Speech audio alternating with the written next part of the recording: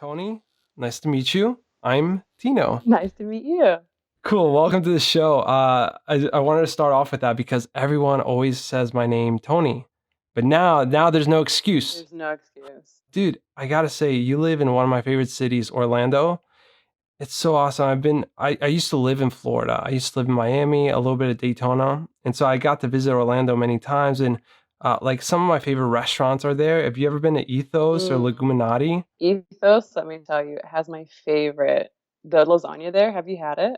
Yes. Oh, Yeah, that I've had the Samsung burger. I've had the sheep's pie. Have you ever had that? hmm Oh my I gosh. haven't Yeah, tried but that is good though. It's so good. And their brunch is unbelievable. Yes, their scrambled tofu and yeah, their pancakes. Love it, love it. Well, Tony, welcome to the show. It's so great to chat with you. You're a professional soccer player for the Orlando Pride team, Mhm. and you're a vegan. And I thought it'd be so awesome to chat with you. So again, yeah, thank you for your time. Well, thanks for having me. I'm excited to speak with you. Definitely. So yeah, tell me how this all started for you. Did you grow up in Florida? Yeah, so grew up in Melbourne, Florida, so kind of a little bit down the road from Orlando, not too far. And yeah, I've been playing soccer since probably the age of maybe 5 or 6. And just been playing soccer my entire life and got to go to Florida State to continue to play. And then, once my collegiate career ended, was presented the opportunity to go professional. So I did so, and actually the league folded once I got drafted. So that was kind of a bummer.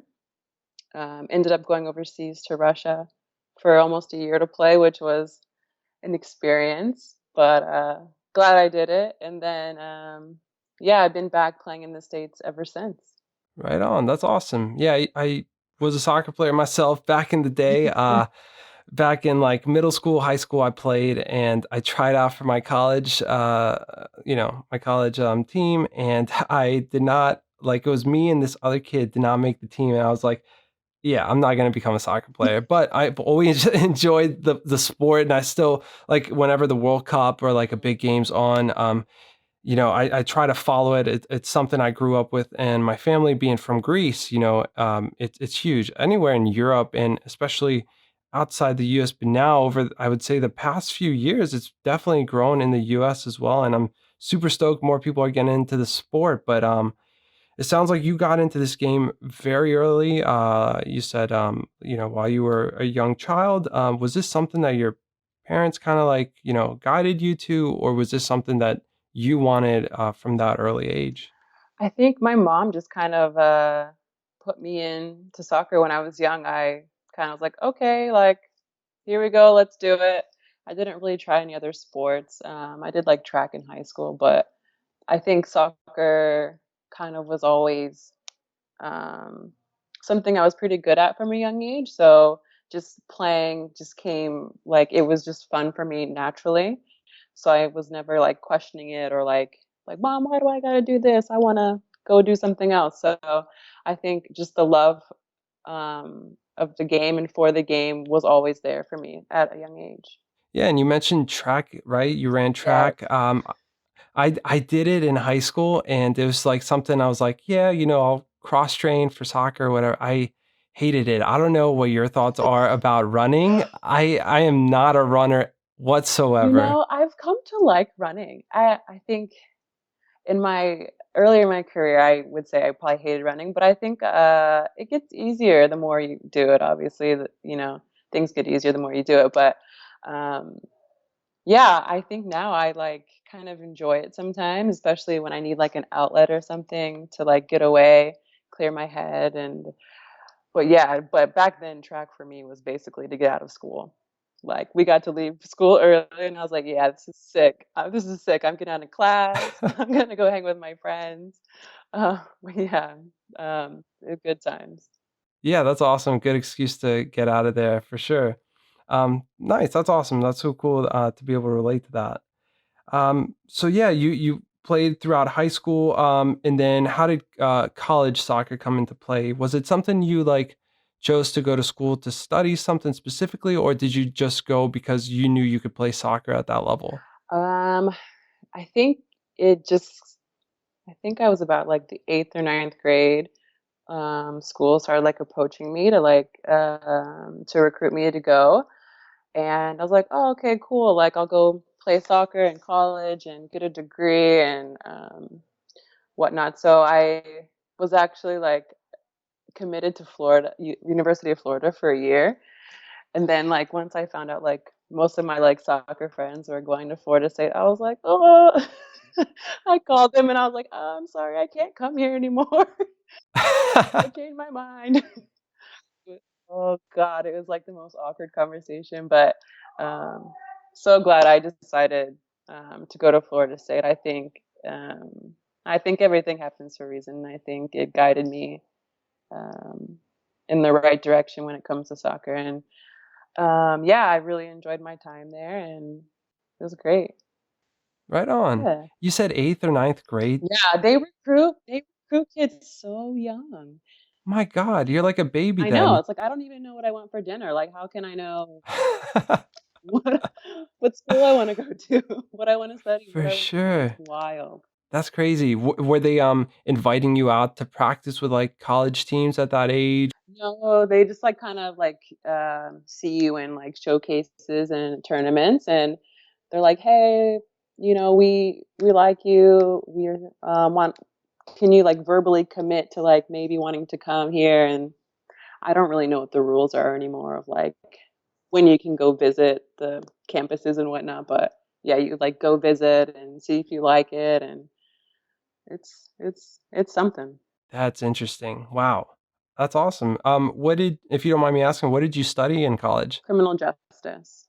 Yeah, it was Oh, dude, well, it was I badass. know, yeah, it's great. I really loved it. It wasn't my first choice. My first, major was exercise science, but it got to be a little too hard.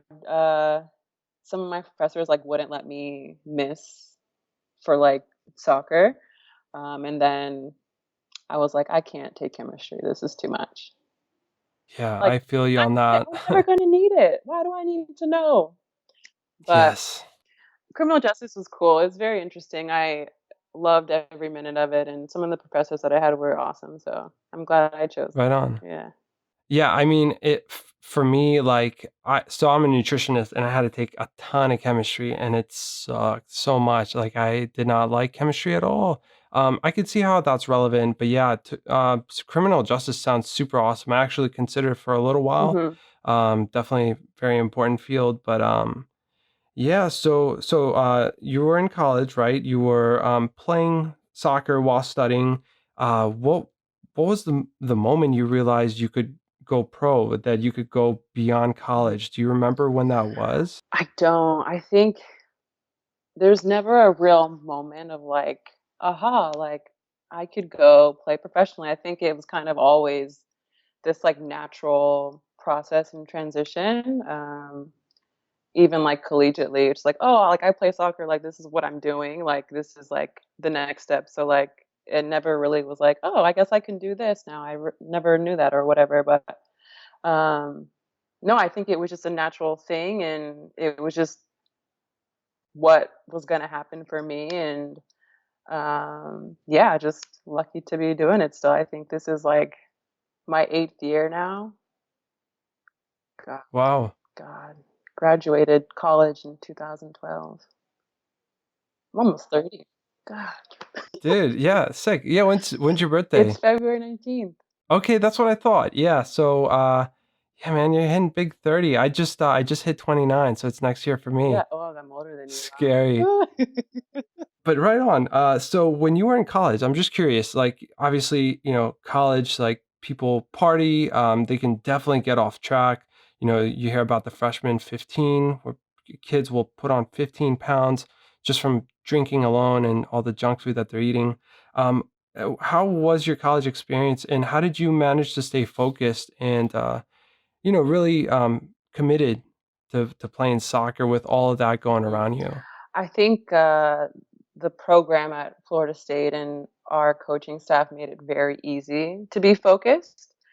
You know, it, I don't know. I think my collegiate coach, he was very good at treating us like professionals and it having us be accountable in our actions and um, kind of like everyone wanted to be there for soccer. So there wasn't too many girls who kind of strayed from this goal that we had of like winning national championship, being the best we could be every day. Because I think our coaching staff kind of instilled that in us in the beginning, like, hey, this is like what this program is about. Like, if you don't want that, like, you're out of here, which was awesome. So he's like, he didn't really care like how good you were. Like, if you're not doing what you need to do, like, ciao. So Right. yeah, I think just having him and made it so easy, and I think it made it easier to transition to professional soccer that much easier as well because here I am at the collegiate level already, taking care of my body, like holding myself accountable. What am I doing off the field? Things like that. So just having that as a freshman at the age of 18 already, like, is a game changer. But I didn't really do too much partying. I did a little bit, like when we had some free time, but because like we're all like so dedicated to soccer, like we're like, nah, it's not, not what we're about right now. So we were responsible. Yeah, yeah, as you should have been. That's awesome. Right on.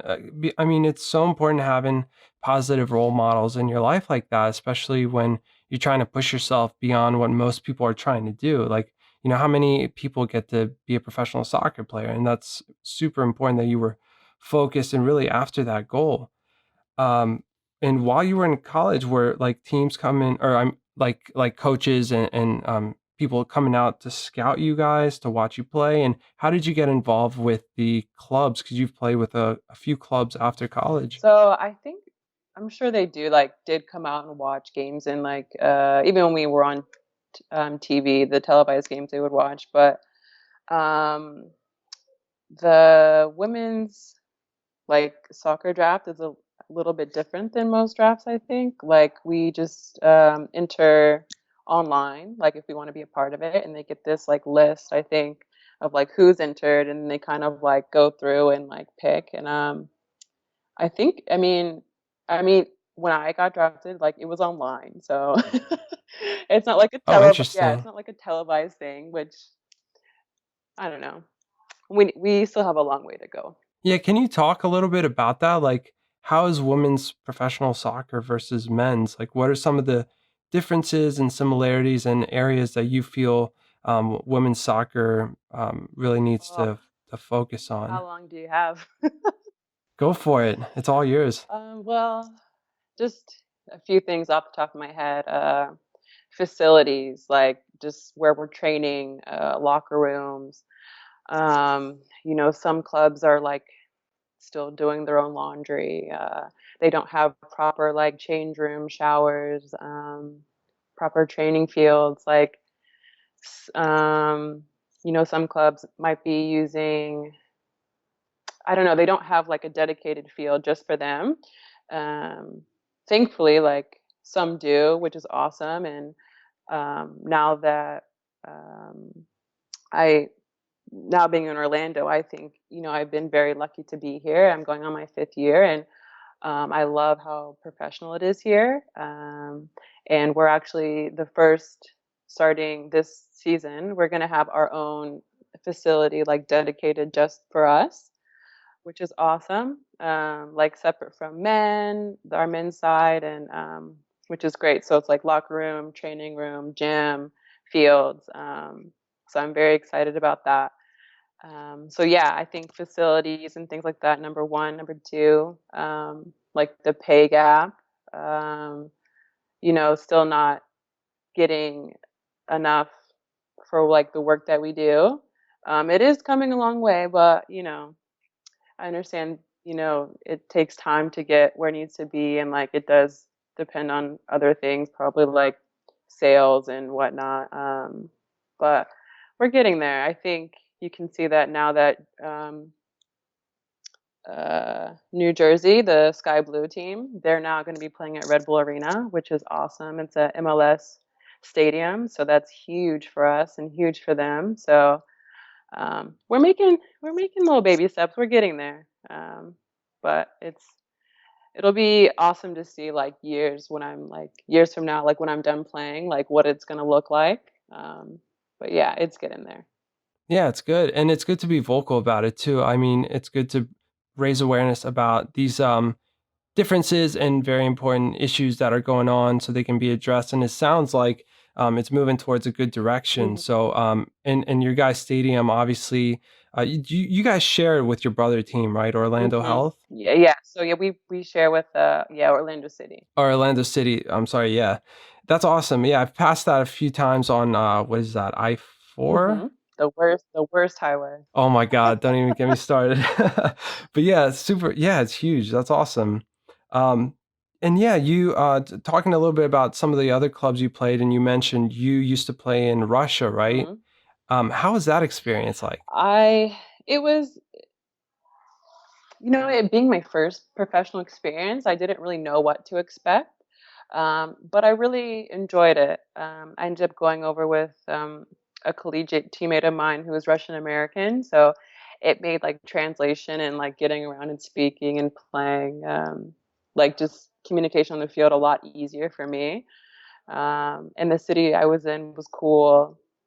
She had family in Moscow, so we would like go visit them quite often. So I really enjoyed it. It was awesome to kind of like be on my own in a different country, like for the first time, like living anywhere.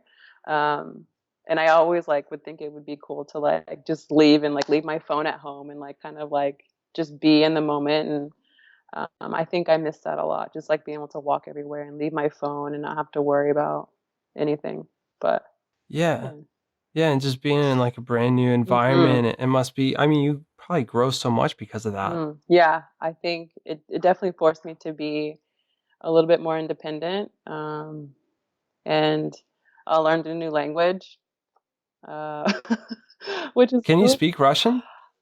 I can, um, probably not very Wow. well, and I'm a little rusty. I have the app Duolingo to like keep me fresh sometimes. Yeah. But yeah, I think while I was there, God, it seems like ages ago. Yeah. No, I was just gonna ask, Tony, how does this work? Like, forget like the living part, like in a different country, just playing different Hmm. teams and people coming on just a team alone from different countries. How does communication work? Like with refs, with Hmm. teammates, opponents. How does that all work? I mean, well, when I was in Russia, like no one spoke English, so I like had no choice to learn. Right. And obviously, like when you're immersed into a culture like that, it is the easiest way to learn a language. So I picked it up really quickly because I had to communicate. Like soccer, you have to communicate on the field. Um, so I was picking up things here and there, and what here we do have in America on my team we have some foreigners who English is not their first language, but we have like translators and things like that. So that is another option as well. I had a friend play in Japan, and she had her own translator. So it's definitely doable. And then I think it's cool to like learn a different language. So some people like take classes to learn, and I think here, well, usually overseas, some of the girls do know English as well, so it can be helpful for Americans or anyone who speaks English going to a non-English speaking country. But I think at the end of the day, it's soccer, right? So Right. Yeah. You like call someone's name and they look at you, they pass you the ball. I hear you. yeah. But yeah, that's great. I mean, I would imagine, like you said, most people these days probably know how to speak English. But that's awesome. There's translators around, and um, so you played in Russia for a little while. How did you get connected with Orlando Pride? Well, so when I was in Russia, like I said before, I went to Russia because the league in America had folded. So I went there, and then while I was there, a new league then started, which is the league I'm currently in now. So when I was done playing in Russia, I was like, oh, cool. Like, I want to go back home. Like, it'd be great to be playing back in America. That's what I really want to do. So my agent got me in. um, contact with the club in DC. So that's the first place that I went. So played in DC for a few years, and I've been all over. I've been in DC, and then I went to New York, and then got traded to Houston. Uh, yeah, and then Do you play in RFK Stadium? no, we played. So we're the Washington Spirit, but we played in Maryland. So our stadium was in Gators or Germantown, Maryland. Oh wow, that's not too Yeah. far from me. Oh, nice. Yeah, I love it. Nice. I loved it there. I love DC. It's so cool. Oh yeah, it's awesome. I mean, sometimes I take it for granted. I'm like monuments, like what? But then everyone like freaks out about them when they come and Yeah. visit. So for sure. And you must have been stoked too because not only were you coming back to the States, you were coming back to your state. You were coming back to Mhm. Florida, which I imagine is most of your family still there. Yeah. So I was in Houston at the time, and then Orlando was going to come into the league, and I got picked up by Orlando from Houston um, 5 years ago, I guess now.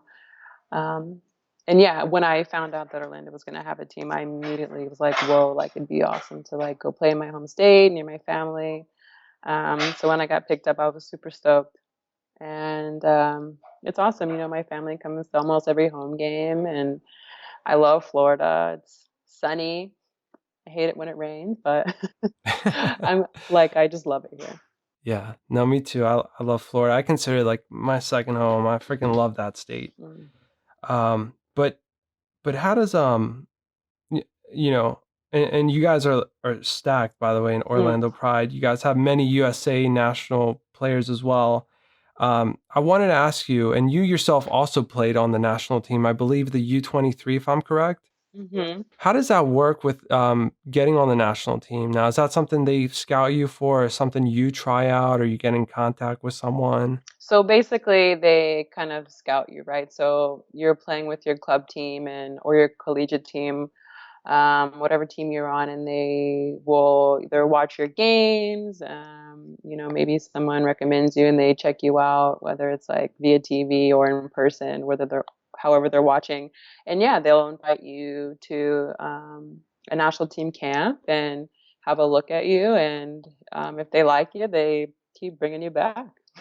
Yeah, right on. Awesome. I always wondered how that worked and how people like spread their time between playing with their club and like going overseas.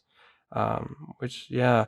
Now this also might be a silly question too, but does everyone live in the hometown that they play, or do they just travel for it, or do they practice like in their hometown? Like how does that work? So everyone, it'd be awesome if everyone could play in their like town, but um, so yeah, you just kind of like not everyone plays in like the city they're from, but you just go there for work and you're there for the season. And some girls maybe are staying in their team city for the entire off season, which is awesome if they have like access to like trainers and conditioning coaches and things like that. Um, but yeah, so when I lived in DC or played in DC or Houston or New York, I would go there for the season, right? Like work there the time that I needed, probably like 6 months or so. And then in the off season, some girls do go play in Australia because the season offsets ours, which is awesome. It's a great option. Or, you're going back to wherever you're from, your hometown, or wherever you're going to go for the off season and continue to train and work out or, pick up a job if you need to. But yeah, I think I'm lucky to be from Florida and like be living here, which is awesome. Oh So yeah. I get to be here year round. So yeah, loving that. Do you cross train at all? Um, I've I swim sometimes. It's so hard. I'm trying to pick up tennis. Trying to pick up tennis. It's very difficult. Play a little bit of badminton. Nothing like seriously, but like Yeah, yeah, things for fun. Um, for sure. makes me realize how like on or like how terrible my hand-eye coordination is because I'm using my feet obviously so much. I'm like, "Oh my god, what are my hands for? I don't know." Do you ever play goalie for fun or anything? No, absolutely not. I'm afraid I'll hurt myself. I look at our girls diving everywhere and I'm like, "How do you guys do that? I would break a rib." Isn't that amazing? Yeah. It's wild. A question about your lifestyle. So you guys obviously live like a high travel lifestyle for your job, playing soccer in different cities and countries. Um, how does that affect your personal life, like relationships, friends, families, and how do you deal with that while traveling so often? I think, you just deal with it the best you can. I think, right now, I'm, in a relationship, but she happens to be like on the team as well. So I see her all the time. That's awesome.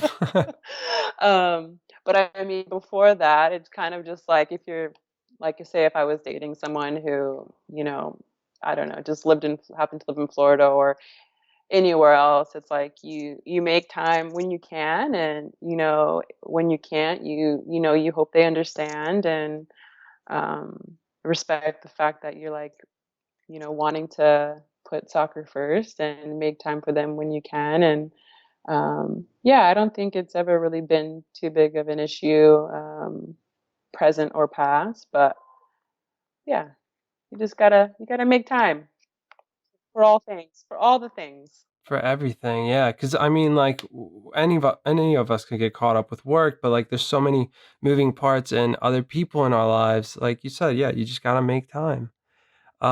Is your partner vegan as well? She is currently. Okay, I kind of like nice. transitioned her into veganism. She's, I think, just like over a year now, maybe. She's doing well. She's doing well. Um, How long have you been vegan? I think maybe almost 3 years now. Okay, nice. Yeah, so I'm pretty new, but I love it. It's so awesome. Yeah. Yeah. What made you go vegan in the first place? Um, I get this question all the time, and I'm sure you do, because it's gonna be followed by yeah, where do you get your protein? right. All the things. All the questions. Um, there was never one moment in particular that kind of like sparked the transition. I think it was just kind of like, I think at the time I was cooking mostly for myself, vegetarian. Um, and I was like, well, I'm already eating, mostly a vegetarian diet. What's the big difference? Why don't I just go to vegan? If I'm Right, gonna, if I'm already eating vegetarian, why not just go? right. Um, so I just kind of like experimented with a few things, and like I love to cook, so got a cookbook and was making things, and I was like, this is great. Like, I don't know what all the fuss is about, why people say it's like terrible or so hard, or I never found it was difficult or even like expensive. People say that too. I'm like, these beans aren't expensive. What do you mean? It's like the cheapest food Yeah, what on the are you planet. talking about? You're buying like a $40 fillet. I'm over here eating a $2 bag of beans. Right, Um, right. but yeah, I think like just me loving to be creative in the kitchen kind of like made it even easier because I was like, oh, like what can I use to substitute, cow's milk, or how can I, make like a substitute for like meat. Oh, I can use mushrooms. It's kind of have the same texture, or cauliflower or whatever. So it was fun, kind of experimenting and getting to trick my friends. Well, like you said, like, many people think that going vegan is like you're gonna restrict yourself or like, you're gonna deprive yourself of all the foods, but, like, from what it sounds like, you started to experience new and different foods that you never had before, hmm am I correct? Right. Like I don't think I ever really tried cauliflower that much. Like, but now I love it. I think it's awesome. It can be, and I think the thing too, like most people don't realize is like these foods can be used in so many different ways. Like the things people are doing with cauliflower now, or even like nuts, like it's wild. I'm like, who mashed up this cauliflower and decided it was going to be a pizza crust?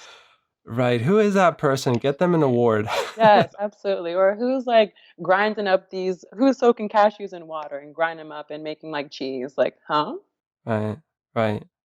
But it's so cool. I think you really can be so creative and imaginative. And I mean, I've said this somewhere else before, but it's like anything's gonna taste terrible like if you don't, season it or give it some flavor. Yeah. Like I think that's one thing people have a misconception about like plant foods is like it tastes bad. I'm like, well, everything tastes terrible if you don't season it.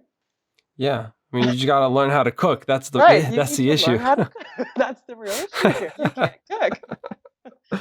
Yes, yes. So, so what did your team think about you being vegan? I think, they think it's cool. I think we do have some vegans on the team as well, like a teammate of mine, Shalina, and Alex Morgan, as well. And um, we have a nutritionist, so she's always making sure that like we're taken care of, and there's always options for us to have. And so grateful for that. She's like really on her game, and she's like doing blood work for us all the time. Like, I'm like, I'm sorry, Yeah. so sorry for like this blood test. Like, I haven't been taking my iron. Oops. So I Right. need to be better at that. But yeah, I think because we do have a few vegans on the team and because our nutritionist kind of makes sure there's always these options, the girls do kind of, they dabble a little bit. They're like, oh, like they'll try the tofu or like whatever plant-based options we have. So it's kind of cool to see. Well, I've seen your videos cooking with Tony, which Oh, I love. And the thing about that, let me just say a word about that. It's not even on your personal page. It's on the Orlando Pride page. And that says a lot. I mean, you like they must be really behind it. And I love that. I love the series. How did that even start? I think I think our media team is like they always have good ideas of like how they can like create content and like get fans and like people involved with us, like kind of behind the scenes or off the pitch or whatever. And it was presented to me, yeah, to like do this series of like cooking because they know that I like to cook. And um, the idea was to like make something each week and have different teammates over, so fans and could see like what I'm making, and then they could get to know other teammates as well, like just through conversation and whatnot. And it was fun. It was a little strange because like I'm not the most comfortable on camera, but it was fun getting to cook and like share. And everyone seemed to love it and like always ask like for the recipes and stuff, so always happy to share that. Yeah. No, you rock it. Are you still continuing with that? um at the moment, no, but you never know what the future holds. Okay. All right. I like that. um, talking about your nutritionist, right? You guys work with a nutritionist, and I don't know how much you can share, but are there any specific like recommendations that they tell you guys on how to eat, like in terms of calories or Hmm. macronutrients? um I think calorie wise nothing specific, but she's always at training making sure like we get our post training like shakes. We have them like personalized to, like what we like. So for me, for example, I like any kind of non-dairy milk with Garden of Life protein. Some people do like tart cherry with like BCAs. So she kind of like tailors everything to like as one should to like what we like, what we need. Um, but for me, for example, she's making sure that I'm keeping up with my iron, um, you know, getting the fueling my body directly after with my protein shake, and then kind of like just my daily vitamins, my B12, and my algae oil. All right. Yeah, Yeah, for probably omega 3s, right? yeah, it's good for my brain. Yeah. Yeah, There you go. Okay. Right. concussions. Yeah, you don't want So, that. yeah, but Okay. yeah, she's awesome. She's like she's on it and she yeah, she's great and she's always making sure we're always taken care of and always a source of information. So, Got it. Do you have like, and you mentioned many of the supplements you take, obviously, but do you do or have a specific like recovery routine, something that you try to do in order to like get you ready for like the next day, whether it's mhm. training or a game, to be in like top shape? Yeah, so I think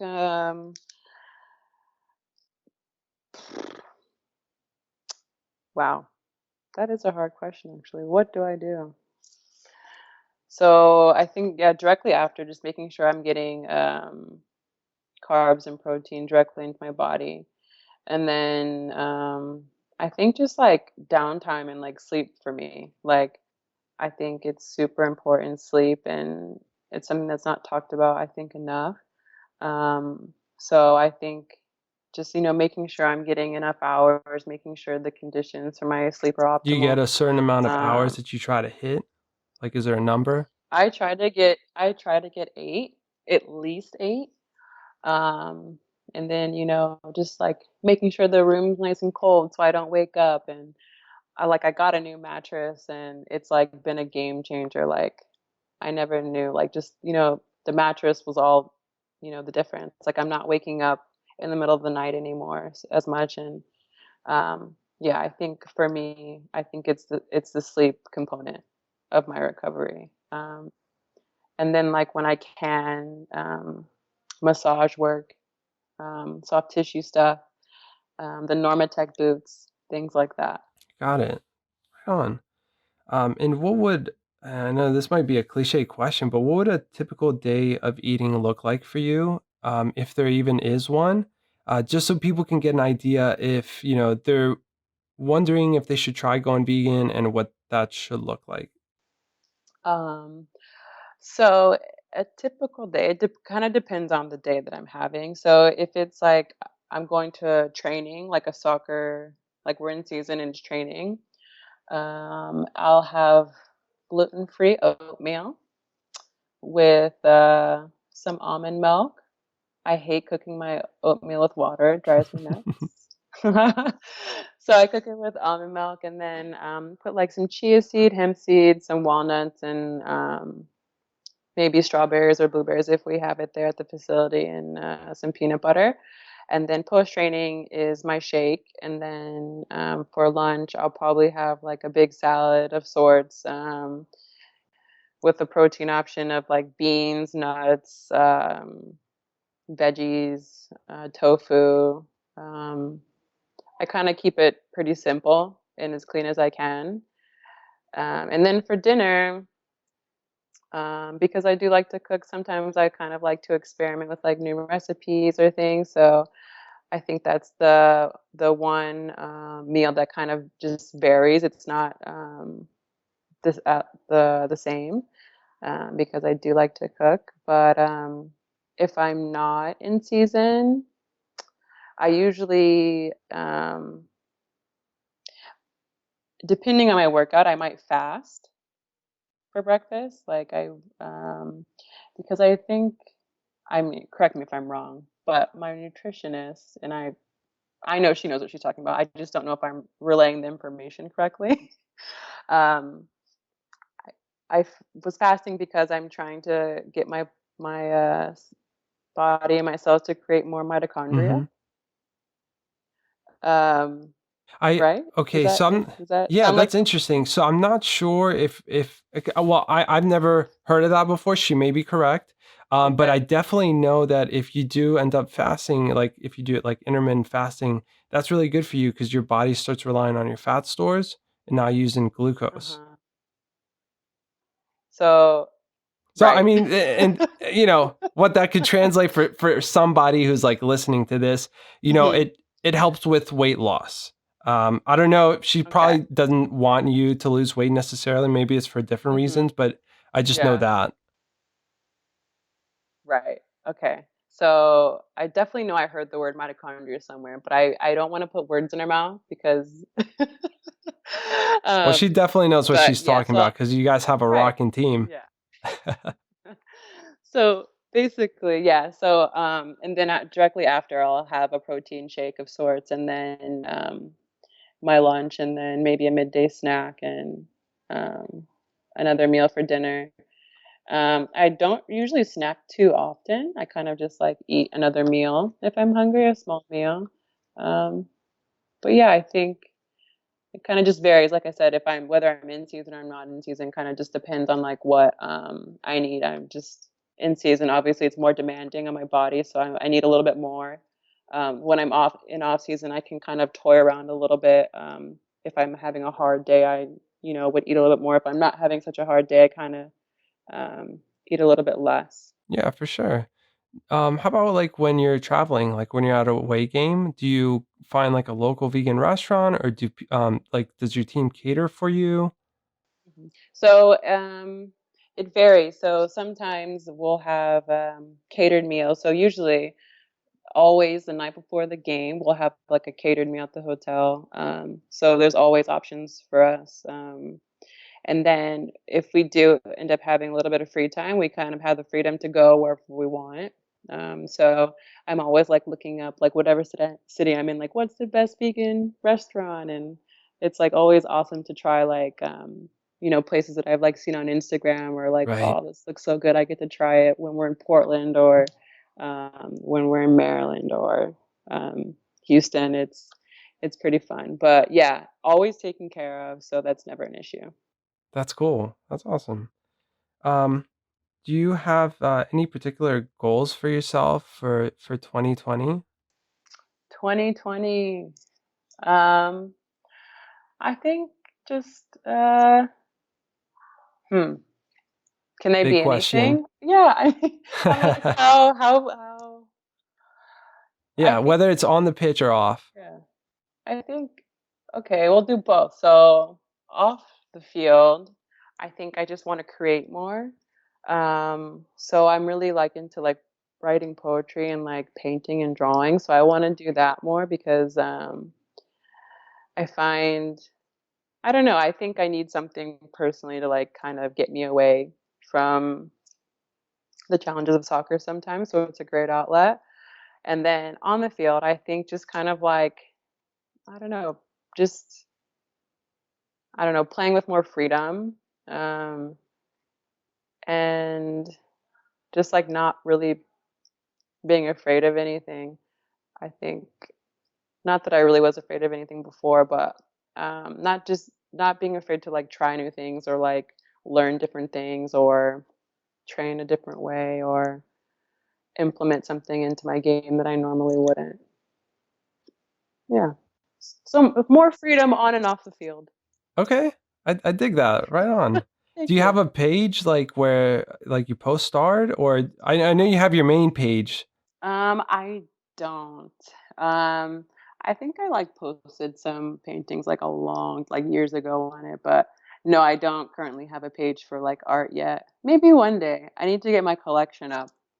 Yeah, yeah, no, that's Yeah. awesome. I think it's super important. Anyone who's like still super passionate about what they do, whether it's soccer for you or whatever, podcasting, whatever it is, I think it's so important to have that second thing that you Hmm. do offhand. Because I mean, we get so obsessive with what we do and what we love, but I feel like there's also that point where you can get burnt out.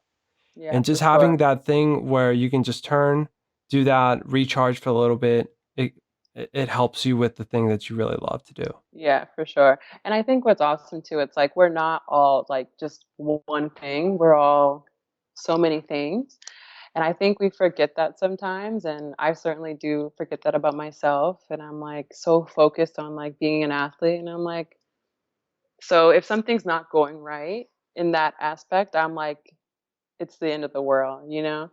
But I have to, like, always remind myself, like, "Tony, like, you're so many things." Like, it's if something is not going right, one day at one of those things, it's fine, like, go do something else. Come Right. back to it, like, Yeah. yeah. We're all human. Yeah. Exactly. Absolutely.